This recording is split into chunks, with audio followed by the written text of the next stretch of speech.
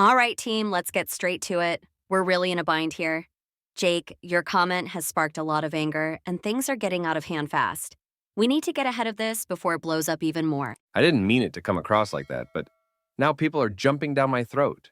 People are coming at us from all directions, and trolls are starting to pile on. If we don't tackle this the right way, it could stick with your brand for a long time.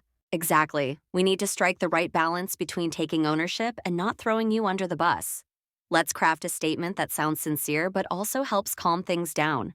I want to apologize, but I don't want to sound like I'm just caving into people who are out to drag me down. Fair enough. Let's start with something like, I understand that my recent comment was hurtful to some people. That wasn't my intention, and I apologize for any harm it caused. It's straightforward and doesn't feel forced.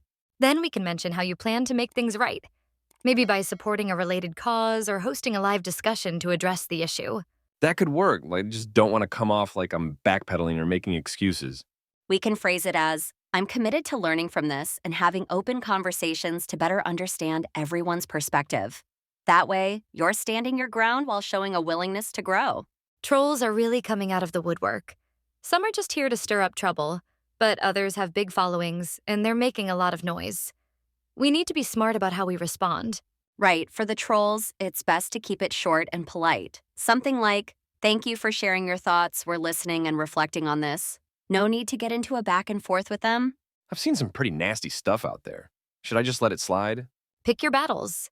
If someone's raising a real issue, we can acknowledge it, but if it's just bait, don't fall for it.